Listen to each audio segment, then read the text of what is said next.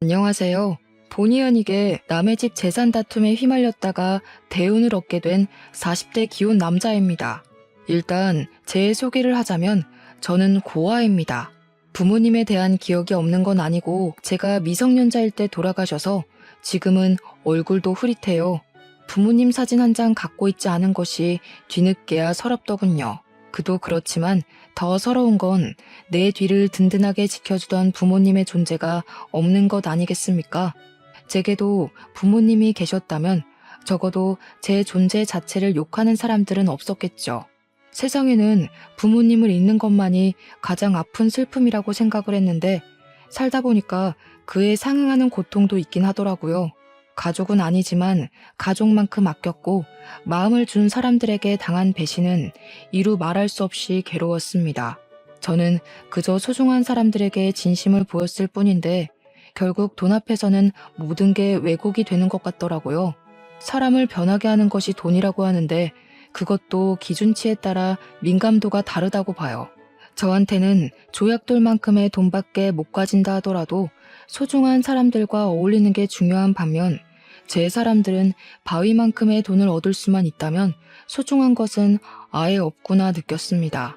이렇게 사연을 올리게 된 이유는 돈이 얼마나 대단하면 사람이 이렇게까지 무서워질 수 있는 건지 봐주십사 올렸습니다. 제가 인생을 너무 쉽게만 보고 있었던 건지 잘못 살고 있는 건지 꼭 좀 들어보시고 조언 부탁드립니다. 제게는 유일한 가족인 아내가 있어요. 저는 고등학교 때 부모님을 여의었고 학교를 끝까지 수료하지 못해 겨우 중학학력만 갖고 있는 사람입니다. 그런 부족한 제게 아내는 그야말로 한 줄기의 빛 같은 존재였어요. 아마 아내가 없었다면 저 혼자 어디 한강 주변에 맴돌며 나쁜 생각을 했을지도 모릅니다. 형제 하나 없던 저는 본래 서울이 고향이에요. 부모님이 돌아가시고 경제 지원이 끊겨 그 넓은 서울 거리를 혼자서 전전했었습니다. 게다가 저희 집이 원래 형편이 어려웠던지라 받은 유산은커녕 빚밖에 없는 처지였어요. 저는 졸지에 사회생활을 해보기도 전 빚이 생겨버렸고 슬픔을 감당할 여유도 없이 당장 돈벌이가 필요한 상태이기도 했어요. 그래서 찾아간 곳이 삼천포 동네 쥐포 공장이었습니다. 그곳을 알고 찾아간 것은 아니고 그저 서울보다 비교적 취업이 쉽고 좀 촌동네를 찾다 보니 알게 된 곳이었어요. 일자리를 구해야 했던 제가 가장 먼저 했던 게 미용실 방문이었는데 그래도 취업하려면 머리 정리라도 해야 될 것 같아 미용실을 들렸었죠. 거기서 제 사정을 들은 미용실 원장이 쥐포 공장을 추천해줬습니다. 제가 찾아간 공장은 직원이 주로 가족들로 이루어진 작은 공장이었어요.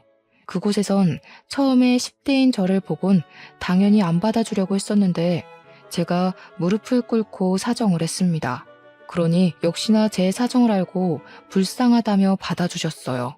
어떤 마음으로 저를 바라봤는지는 제게 중요하지 않았고 그저 제 목숨 하나 건사하게 해준 고마운 사람들이라고만 생각했습니다. 저는 저를 걷어준 그 은혜에 보답하느라 피해주지 않으려고 최대한 어른의 몫을 해내려고 했어요. 그렇게 수십 년 동안 저는 그 집안의 가족처럼 오래오래 함께 일을 해왔어요. 쥐포 공장 사장님에겐 아들이 2명 있었는데 그 아들들도 초반에는 쥐포 공장에서 일을 하고 있었습니다. 제게 일을 친절히 가르쳐줬던 좋은 형들이었어요. 근데 사장님이 저보고도 어느 순간부터 막내 아들이라 불러주시더라고요. 솔직히 그 소리를 처음 들었을 때 많이 울었습니다. 기대하지도 않았던 가족이 살아 돌아와서 제 곁에 있어준 기분이었거든요. 저는 당시 결혼 생각도 없었고 사장님과 사모님의 은혜가 그저 고마워서 그들을 모시고 쥐포 공장을 운영하는 게 좋았을 뿐인데 두 분께서 저를 너무 좋게 봐주셨습니다. 그들이 얼마나 마음 좋은 사람들이었냐면 빚이 한가득 있는 제 사정을 알고는 제 빚을 대신 갚아주셨어요. 당연히 제게 큰 돈을 빌려준 거라 생각하고 당시 저는 차근차근 갚아나가고 있었죠. 어쨌든 덕분에 저는 돈에 목숨 걸지 않고 마음 편히 생활을 할 수 있었어요. 그래서 더 사장님과 사모님을 하늘 같은 존재로 모시며 살았습니다. 제가 그곳에서 일을 한 지 10년 차가 되었을 무렵 공장은 제가 처음 왔을 때보다 규모가 살짝 더 커진 상태였어요. 그런데 두 형이 결혼을 하면서 서울로 가버리게 되었고 다른 친척들은 나이가 차서 한두 사람씩 빠져나가고 있는 상황이었죠. 그런 와중 사장님 밑에서 열심히 일하는 직원은 저밖에 없게 되었습니다. 그래서 원래 가족원만으로도 운영 가능했던 게 이젠 직원들이 대량 필요해졌고 그 시점에서 저는 사장님에게 고마운 제안을 받게 되었어요. 사장님이 저더러 사장직을 일임하겠다고 하더라고요. 너무 과분한 마음이라서 솔직히 처음에는 놀랐습니다. 한편으로는 큰형이랑 작은형도 있는데 친자식을 두고 제게 공장 대표 자리를 물려준다는 사장님의 발언이 저를 불편하게 만들기도 했어요. 큰아들이랑 작은아들은 이미 자기들 입에 풀칠하면서 잘만 사는데 뭐하러 공장을 오겠냐? 내가 어디 너 말고 믿고 맡길 사람이 있겠어? 그래도 아직 사장님 건강하시잖아요. 당장 쓰러지시는 것도 아닌데 제가 어떻게 공장을 받아요. 이런 건 은혜 받는 게 아니라 염치 없는 것 같단 말이에요. 나도 노후엔 여행 좀 다녀봐야지. 둘 있는 아들은 서울 가서 지네 가족들 챙기느라 부모는 들여다보지도 않고 있는데 하나밖에 없는 막내 아들 덕은 좀 봐야 하지 않겠어? 너도 내 아들 아니냐? 애비를 죽을 때까지 굴리고 싶은 거야? 사장님은 끝까지 제게 사장 자리를 넘겨주려고 했습니다. 제게 말은 일부러 세게 하기도 하고 제가 곤란해할 말을 서슴지 않으면서도 죄책감은 느끼지 않도록 어쩔 수 없는 이유를 억지로 만들어내기도 했어요.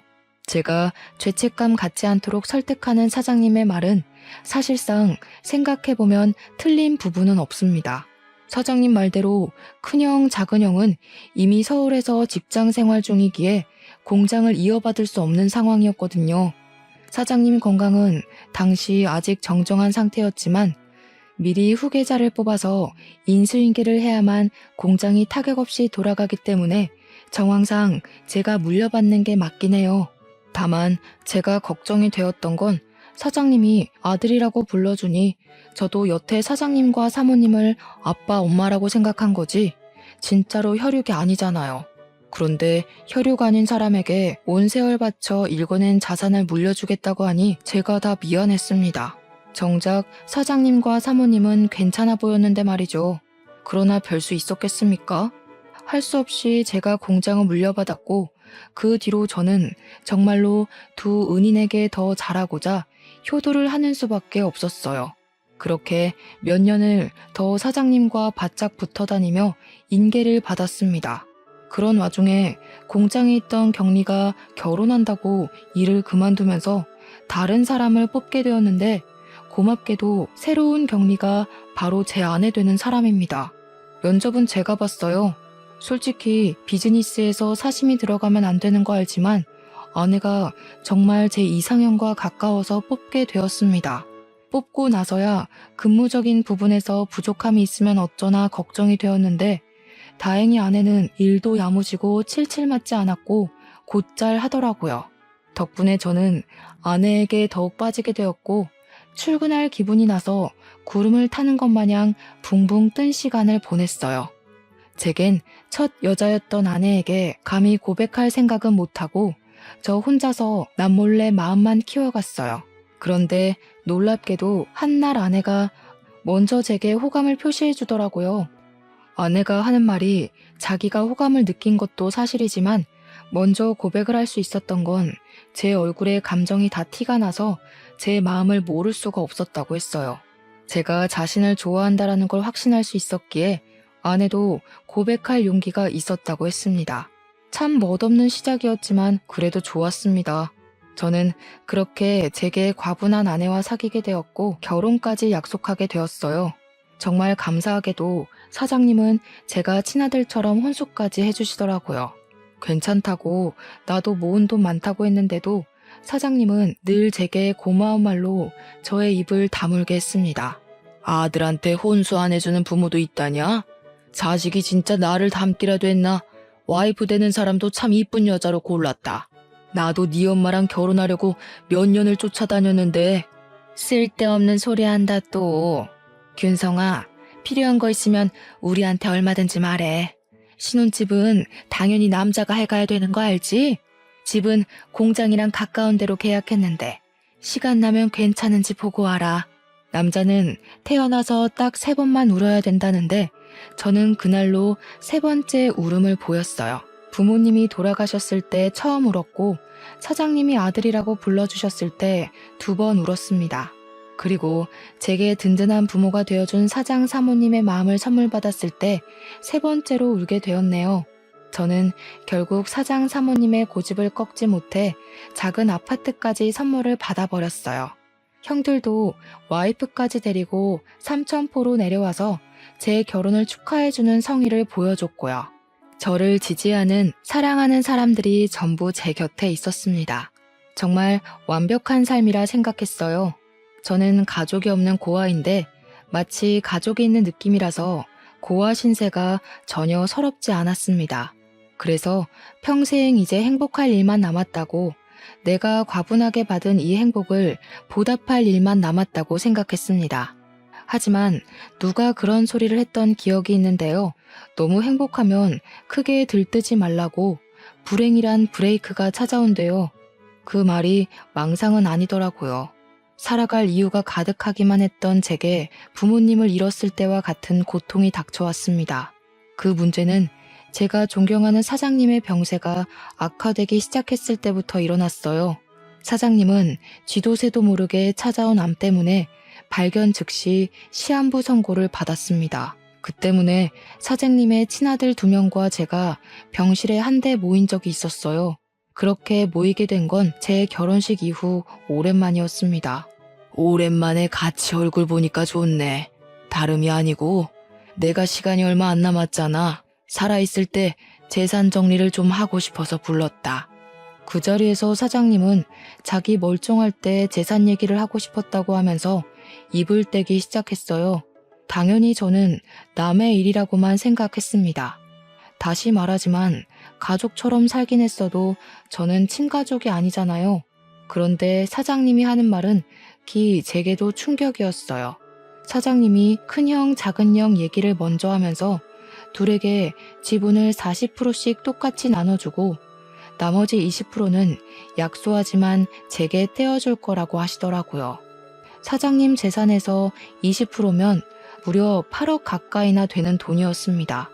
그것만으로도 충분히 놀라서 당황스러웠는데 사장님이 뒤에 덧붙이는 말은 제대로 된 불씨를 지폈어요. 공장은 균성이가 내내 운영했으니까 앞으로 균성이 몫인 거라. 여기에 대해선 불만 갖지 마라.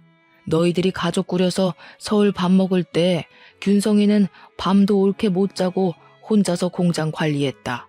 당연히 하던 놈이 공장 소유하는 게 맞지 않겠냐? 사장님의 이 결정은 좀 많이 놀랐어요. 사장님이 제게 그냥 공장을 물려준다고 했을 땐 제가 도맡아 운영하다가 다시 사장님이나 사모님께 돌려줄 생각을 하고 있었거든요. 사장님 말대로 공장까지 제게 넘어와 버리면 사실상 큰형이랑 작은형 대비 제게 떨어지는 상속 비율이 크게 차이나지 않았기 때문이에요.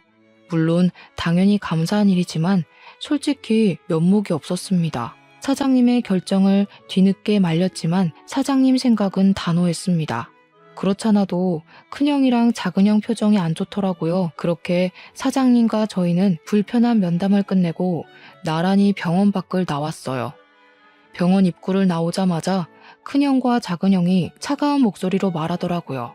정말 처음 듣는 목소리였습니다. 가족 해줬더니 집안 돌아가는 꼴 참 우습다. 안 그래 균성아? 넌 좋겠어. 아무것도 없이 우리 가족 안에 들어왔다가 재산까지 받게 생겼으니까. 이 정도면 인생 역전 수준 아니냐? 고아가 억대 자산가가 됐네. 그러게 말이야. 아무리 그래도 친자식만큼 받아가는 건 좀 아니지 싶다. 어떻게 굴러들어온 돌이 박힌 돌을 빼려고 하냐? 우리 없는 사이에 아빠한테 얼마나 알랑방귀 낀 거야. 대단하다. 역시 2형은 재산 때문에 기분이 안 좋은 듯 했습니다. 그래서 저는 형님들에게 나는 아무것도 받지 않아도 된다고 사장님을 내가 설득해보겠다고 했더니 큰형이랑 작은형이 손사래를 치면서 그렇게 나오면 자기들이 나쁜 놈 되지 않냐고 그냥 받으라고 하더군요. 그렇게 떠나버린 형님들은 서울 잘 도착했냐는 제 문자를 대놓고 씹었습니다. 사랑하는 형제들과 사이가 틀어져 버린 것 같아 많이 속상했어요. 그 불편한 일이 찝찝하게 마무리된 것 치곤 굉장히 잠잠한 시간을 흘려보냈습니다. 그럼에도 저는 상속 문제 때문에 혼자 계속 마음이 편치 않았고 사장님 병간호를 병행하면서 사장님을 설득해보기도 했어요. 그랬더니 형님들 말대로 사장님은 제게 형들이 뭐라고 쪼더냐 하면서 형님들을 안 좋게 생각하더라고요. 저는 관계가 더 멀어지는 것 같아 사장님에게 더는 말을 꺼낼 수 없었습니다. 소가리를 심하게 하다 보니까 점차 제 기력이 초췌해져 갔어요. 그런 제게 힘이 되어준 건 제 아내였어요. 아내는 언제나 제 선택을 존중하겠다고 했고 제가 무슨 선택을 해도 내 잘못 아니니까 너무 상심하지 말라며 위로를 했어요. 그러면서 매일같이 맛있는 밥을 차려주고 약도 챙겨주고 열심히 제 내조에 힘을 썼죠. 저 때문에 제가 사랑하는 사람들 사이에 균열이 생기는 것 같아서 솔직히 두려웠고 다 버리고 떠나고 싶기도 했거든요. 그런데 아내를 보고서 제가 할 수 있는 데까지 노력해보고자 마음을 단단히 먹을 수 있었어요. 하지만 역시나 저의 찝찝했던 기분은 괜한 것이 아니었나 봐요. 어느 날 새벽에 사모님한테 전화가 왔는데 저더러 집에 좀 와줄 수 있냐고 하는 겁니다. 전화상으로도 느껴질 만큼 사모님 목소리가 안 좋았어요.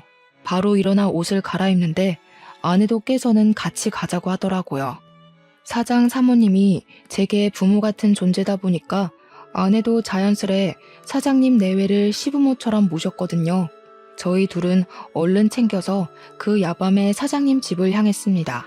사장님 집과 저희 집은 공장 주변에 있어서 아주 가까웠어요.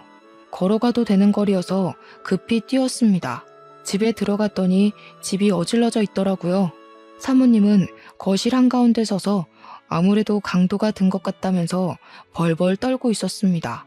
너 아빠 간병한다고 한동안 집을 안 왔었잖아. 짐 좀 챙기려고 와봤더니 세상에나 이 지경으로 되어 있지 뭐니? 우리 집에 올 사람이 없는데 왔다고 해도 애들이면 연락을 했을 거고 이렇게 집을 엉망으로 해놓지도 않았겠지. 아내가 불안해 떠는 사모님의 손을 잡아주었고 저는 일단 경찰에 신고를 했습니다. 그리고 사모님에게 뭐 없어진 거 없는지 찾아보자 했어요. 고맙게도 며느리가 사모님 곁에 딱 붙어서 같이 움직여 주더라고요. 저는 혼자 다른 방에서 이것저것 뒤집고 있었는데 나중에 사모님이 소리를 질러서 그곳으로 뛰어갔습니다. 사모님이 침대 밑에 서랍을 허겁지겁 뒤지면서 무어라 중얼거리더라고요. 없어진 거 있냐고 하니까 사모님이 큰일 난 목소리로 말했는데요. 아휴, 어떡하니? 너네 아빠 유언장이랑 공장 땅 매매 계약서가 없어. 중요한 거라서 일부러 침대 밑에 넣어둔 건데 여기는 우리 식구들밖에 모르는 곳이거든. 이거 어쩌면 좋니? 응? 사모가 식구들만 아는 곳이라고 하는데 그 순간 속상하게도 촉이 딱 오더라고요. 큰형과 작은형이 가장 먼저 떠올랐어요. 정황상 따져보더라도 진짜 도둑이 아닌 이상 사장님이나 사모님, 형님들 중 범인이 있다는 건데 사장님이 자기 걸 도둑질했을 리는 없잖아요. 더군다나 사장님은 입원 상태라 외출이 불가한걸요. 그래서 저는 그 자리에서 바로 큰형과 작은형한테 전화를 넣었습니다. 나란히 부재 중이었어요. 저는 일단 우리 집으로 사모님을 모셨고 아내한테 사모님을 부탁한 뒤 그 새벽에 서울로 올라갔습니다. 큰형과 작은형 집 주소를 알고 있어서 둘을 찾아내는 건 어렵지 않았어요. 갔더니 둘이 아주 똑같은 반응이더라고요. 저를 아주 문전박대하면서 자기들은 모르는 일이라고 오히려 큰 소리를 쳤습니다. 형님들이 벌인 짓인지 아닌지는 경찰에 신고해서 알아보면 돼. 만약 형님들 짓이 맞으면 사장님한테 무릎 꿇고 용서 빌 준비나 하라고. 내가 이거 밝혀내서 사장님한테 다 말할 거야. 이렇게 돈에 눈 멀어서 부모님 속 썩일 거면 차라리 상속받지 마. 우리 다 아무것도 받지 말고 예전처럼 지내자고. 저는 선포 같지 않은 선포를 하면서 속상한 마음까지 토로하고 집으로 돌아왔습니다. 제가 뭐라고 형들에게 상속받지 말라 참견을 했는지 이해 안 되실 수도 있어요. 저도 제 존재가 이해 안 됐거든요. 그럼에도 형들한테 그렇게까지 오지랖을 부리고 싶었습니다. 그리고 저는 그때부터 불행의 중간 기로로 들어서요. 어느 날 제게 믿을 수 없는 일이 일어나고 마는데요. 공장 앞에 주차해놨던 제 차를 좀 빼달라고 누가 새벽에 전화를 한 날이었습니다. 한 번도 그런 연락을 받은 적이 없는데 그날 새벽에 모르는 번호로 그런 의문의 전화가 왔고 저 때문에 잠에서 깬 아내를 두고 잠깐 외출을 했어요. 공장 앞으로 나가 제 차 주변을 맴돌았는데도 사람은 보이지 않더라고요. 그래서 제게 걸려온 전화번호로 다시 연락을 해보았습니다. 그리고 그날의 기억은 여기까지가 마지막이었어요. 제가 한눈판 사이 웬 괴한이 제 머리를 둔기로 후려쳤거든요. 고통도 느껴지지 않을 만큼 머리가 울리면서 눈앞이 새하얘졌습니다. 쓰러진 줄도 몰랐던 저는 정신을 잃어가던 중에 순찰하던 경찰차 불빛을 봤어요. 그리고 그 불빛에 비친 괴한의 신발도 눈에 들어왔죠. 그렇게 더는 기력을 쓰지 못하고 혼절해 버렸습니다. 제가 다시금 정신을 차렸을 때는 병원이었어요. 제 옆에서 아내가 울고 있더라고요. 제가 일어난 걸 본 아내는 급히 의사를 데려왔고 의사가 소견을 말하길 급소를 피해서 맞았기 때문에 뇌진탕으로 무사히 넘길 수 있다고 했습니다. 그렇다고 다행일 순 없는 게 조금만 잘못 다쳤다면 그대로 즉사했을 정도로 위험했다고 하더라고요. 아내는 제가 살았다는 생각에 다리에 힘이 풀려서 오열을 했어요. 그러면서 아내가 제 기억에는 없는 얘기를 서럽게 호소하는데 하는 말들이 뭔가 상황이 잘못되었다는 걸 암시하고 있었어요. 사장님 돌아가셨어. 근데 당신이 죽였대. 당신이 그런 거 아니잖아. 도대체 무슨 일이 있었던 거야? 누가 당신한테 그런 짓을 한 거야? 당신도 피해자라고 내가 계속 말했는데 사장님 아들분들이 말도 안 되는 증거물 얘기까지 하는 바람에 다들 당신이 사장님한테 해코지한 줄 알고 있어. 그날 그렇게 의식을 잃은 저는 무려 5일 동안 깨어나지 못하고 내내 기절해 있었다고 했습니다. 아내가 지난 3일 동안 장례식장과 내 병실을 오가면서 지냈었는데 분위기가 많이 안 좋았다고 했어요. 그 원인이 저 때문이라서 아내도 사장님 발인까지는 함께하지 못하고 쫓겨났다네요. 그러니까 당시 제가 사장님을 죽인 가해자라고 여론이 몰려있는 상황이었다는 겁니다.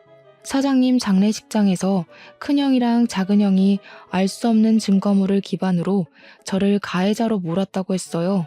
그 증거물은 다름 아닌 공장 주변 CCTV였대요. 제가 공장 주변 사장님 집에서 사장님 재산을 불법적으로 빼돌리려고 했는데 그때 운 좋게 괴한이 공장 털러 왔다가 나를 공격했고 지나가는 경찰에게 발각되어 저를 잡았다는 말도 안 되는 얘기였어요. 뿐만 아니라 또 제가 매일 사장님 병문안을 가는 점을 이용해서 그걸로 제가 사장님 산소호흡기를 뗐다고 구라를 쳐놨다는 게 아닙니까? 하필 그날은 사모님이 집을 들락날락하며 바깥일을 볼 때라서 병실에 없었을 적이었습니다.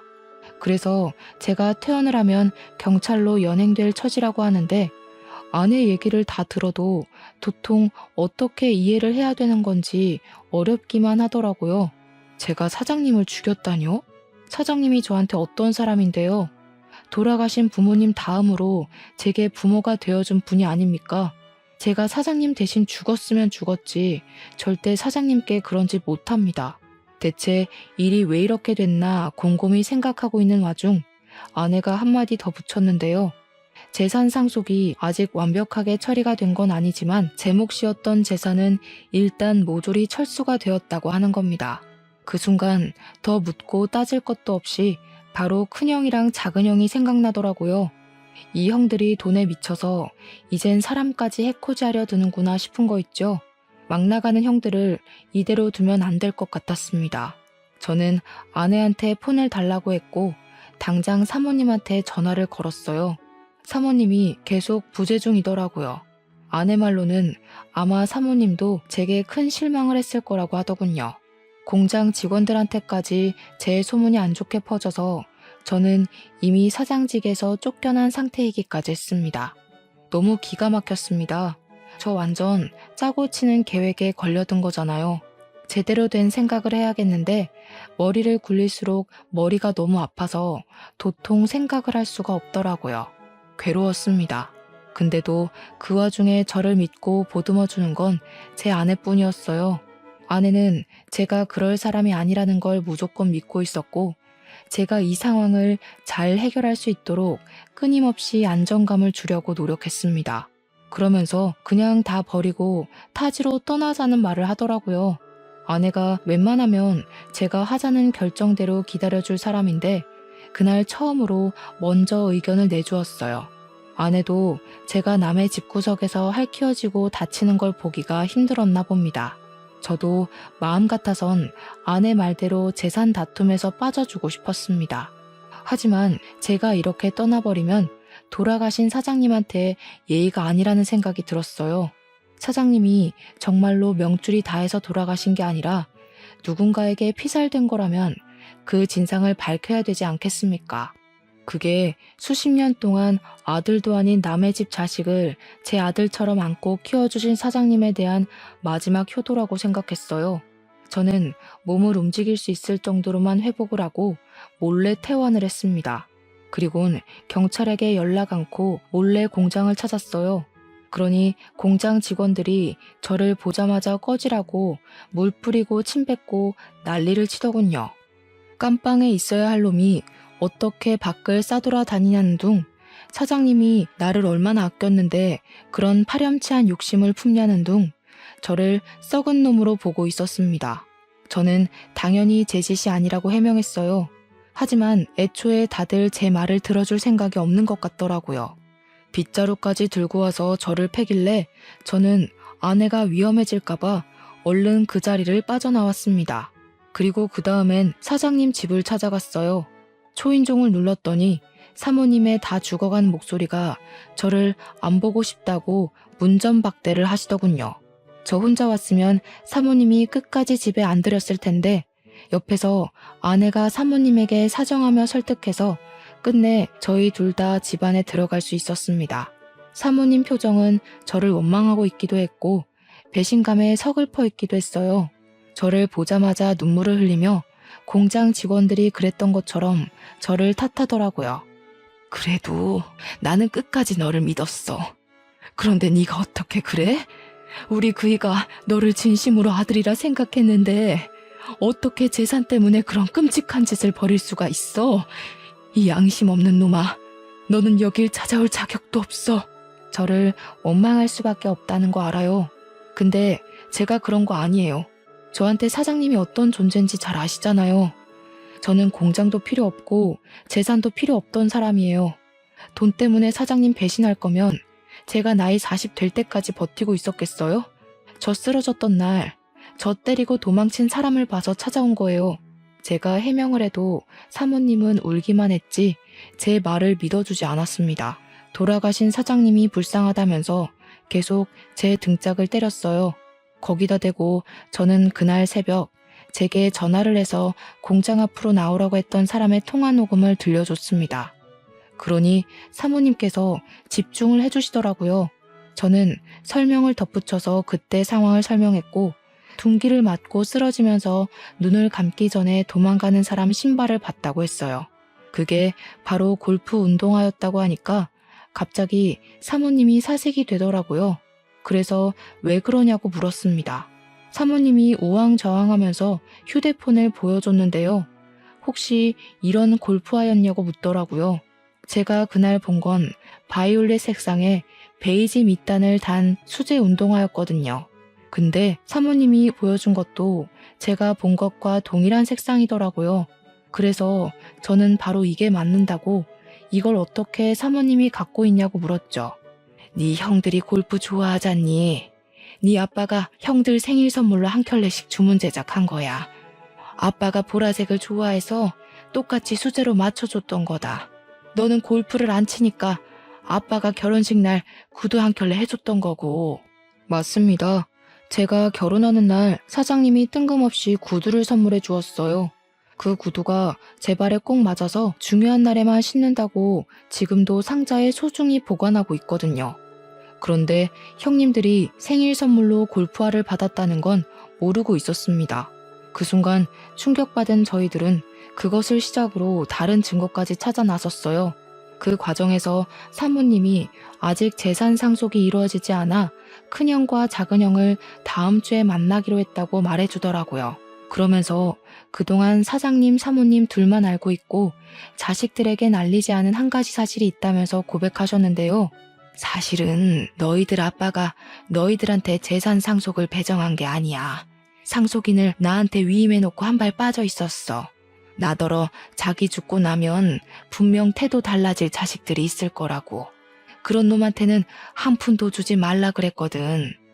사장님은 진작에 큰형과 작은형의 무력을 눈치챘다고 했는데 사모님이 자기 아들들이 그럴 리 없다면서 믿지 않았다고 했어요.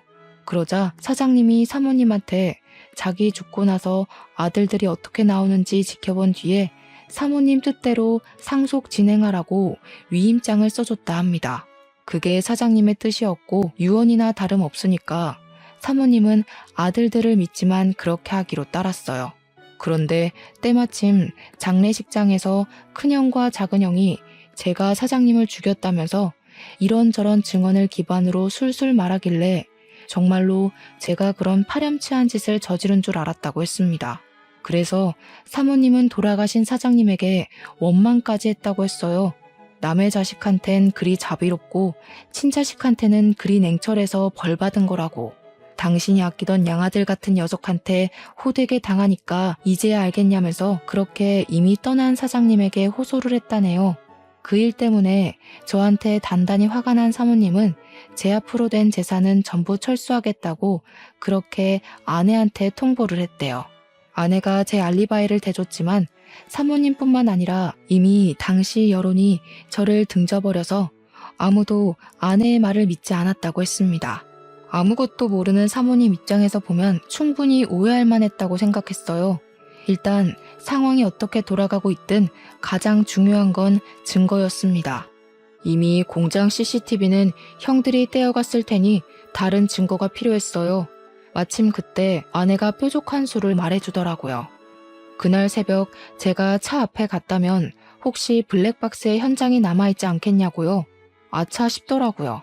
제가 둔기에 맞았을 때 경찰차가 멀찍이에서 나타나는 바람에 가해자가 급히 도망갔다는 게 떠올랐습니다. 그렇다면 당연히 그들이 제 차에 있는 블랙박스는 차마 손대지 못했을 거란 말이죠. 그들도 당황해서 차 블랙박스까진 생각 못한 것 같더라고요. 얼른 제 차로 가서 블랙박스를 확인했더니 역시나 증거 영상이 고스란히 남아 있었습니다. 너무 안심했어요. 이것만 있어도 형들의 진술은 거짓이라는 게 밝혀질 거였습니다. 그 뒤로 저는 스스로 경찰을 찾아갔습니다. 그리곤 그날 발생했던 사건 진위를 전부 고백했고 제 알리바이를 조사하기 시작한 경찰도 뭔가 이상함을 감지했는지 원래 접수됐던 신고 내용이 어딘가 모르게 부실하다는 느낌을 받은 것 같았어요. 그래서 그 시간부로 경찰은 큰형과 작은형을 조사에 착수했죠. 제 일은 금방 서울경찰로 연계되었습니다. 얼마 뒤 큰형이랑 작은형이 나란히 잡혔다는 연락을 받고 저랑 아내 그리고 사모님은 같이 서울로 올라갔어요. 서에 도착했더니 큰형이랑 작은형이 저를 보자마자 살인자 새끼라고 삿대질을 하는 겁니다. 이 새끼가 감히 누구한테 누명 씌우려고. 형사님들, 저 녀석 말 들으면 안 돼요. 제가 아들이잖아요. 저 녀석이 우리 가족한테 들러붙을 때부터 수상했다고요. 제대로 확인해 보시라니까요. 큰형은 끝까지 제 탓을 했고 작은형은 저한테 쌍욕까지 일삼았습니다. 하지만 저는 잠시 대꾸를 참고서 묵묵히 경찰에게 제 입장을 표명했어요. 그리고 병원 CCTV도 구석구석 확인해 볼 것을 따로 요구했습니다. 병원 CCTV에 좀 당황했는지 큰형이 옆에서 사기치지 말라며 제 멱살을 잡더라고요. 뻔뻔하게 어디서 주작질이야? 네가 만들어낸 증거인 줄 모를 것 같아? 그래봤자 네가 우리 아빠 재산 빼먹으려고 들러붙어 있던 사실은 안 바뀌어. 거지새끼 걷어줬더니 자기가 진짜 친자라도 되는 줄 아나. 어디서 감히 우리 아빠 돈을 탐내? 겨우 이것밖에 안 되는 사람이라는 게 놀랍다. 돌아가신 사장님이 불쌍하네. 친자식이라고 둘씩이나 있는 아들들이 어떻게 지나가는 똥개만도 못할까? 그렇게 사장님 돈 독식하고 싶었어? 사장님 호흡기까지 손댈 만큼 돈에 미쳐 있었던 거야? 입 닫아. 네가 뭘 안다고 주제넘게 나불거려? 네가 아들이라고 해봤자 현실은 피 한 방울 안 섞인 고아 새끼 아냐. 네 부모가 죽기 전에 그리 유언 남기디? 남의 집에 빌붙어서 재산 빼먹고 살라고? 자꾸 사장님 돈이 형 돈인 것처럼 얘기하는데 그러는 피 섞인 형들은 고아 새끼인 나보다 못나서 재산 비율도 나랑 비슷하게 책정받은 거 아니야? 자기보다 잘난 사람한테 시기하는 건 우월감이 아니라 열등감이야. 형들 지금 열등감 덩어리 같아. 그때 더는 덤빌 말이 없었는지 큰형이 제게 손을 쓰려고 하더라고요. 나이 말고는 저보다 나은 게 없는 것 같은데 제가 그런 못난 사람한테 주먹을 왜 맞아주겠습니까? 당연히 형 주먹이 날아오르기 전 제가 먼저 박치기를 해서 큰형의 코피를 터뜨렸어요. 큰형 바로 저를 놓고 비명을 지르며 구부러지더라고요. 눈물이 찡 올라온 모습이었습니다.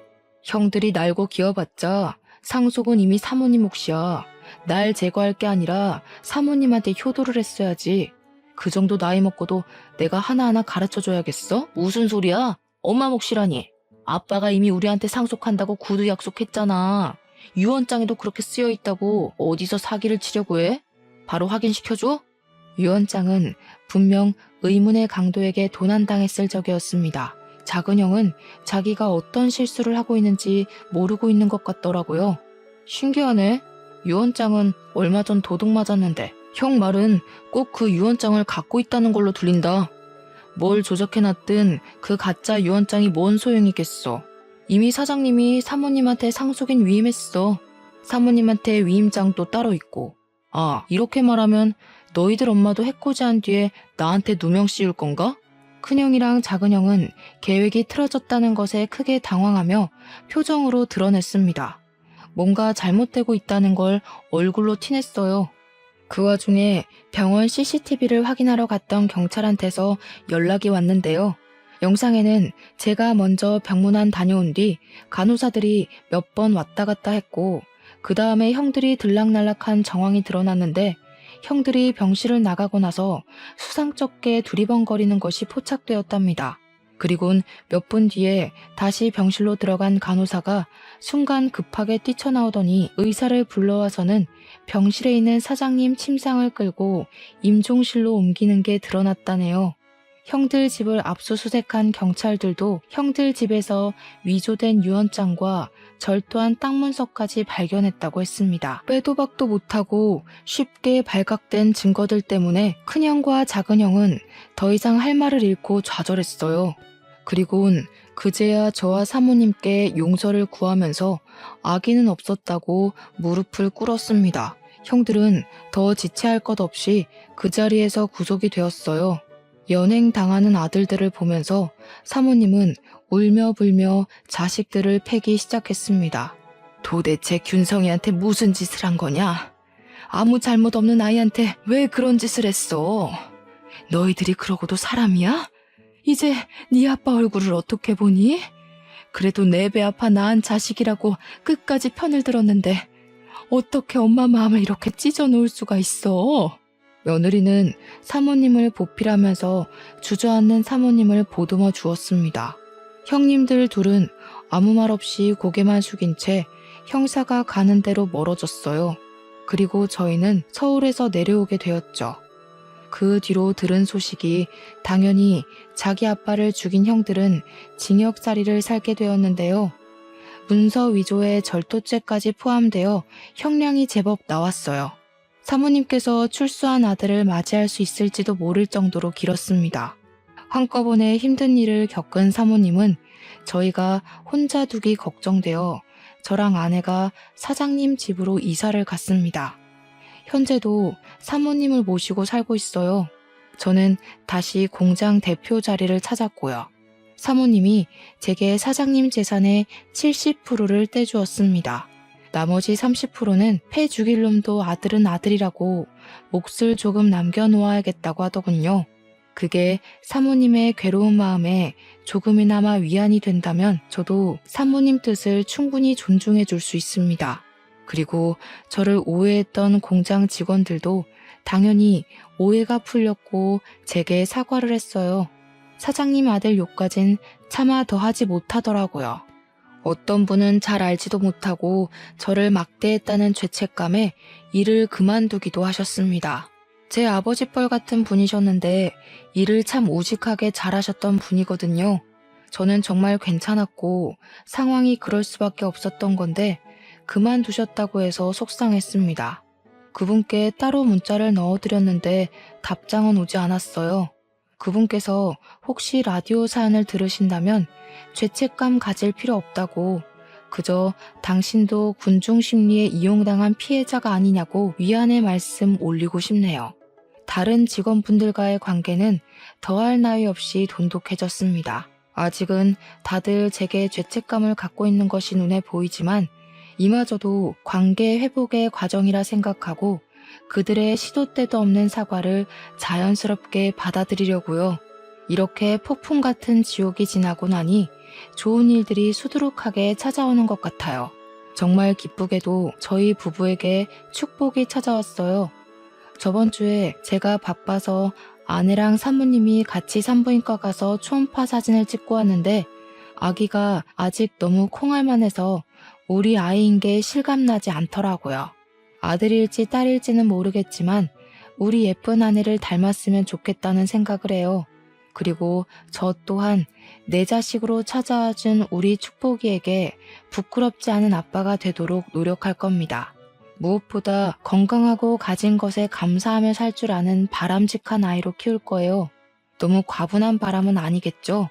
말을 하다 보니 덜컥 겁이 나서 제가 잘할 수 있을지 모르겠네요. 아이 기다리는 일이 원래 이렇게 긴장이 되는 건가요? 다른 아빠들도 다 그렇겠죠? 아무튼 저랑 아내 그리고 제게 어머니와 같은 사모님까지 저희는 곧 새로 생길 식구인 아이를 만날 그날만 손꼽아 기다리면서 한동안 설레는 시간을 보낼 것 같습니다. 다소 지저분했을 사연이었는데 중간에 채널 돌리지 않고 집중해줘서 감사해요. 청취자분들 인생은 태풍 길 없이 산들바람만 이는 삶이길 바랍니다. 행복하세요.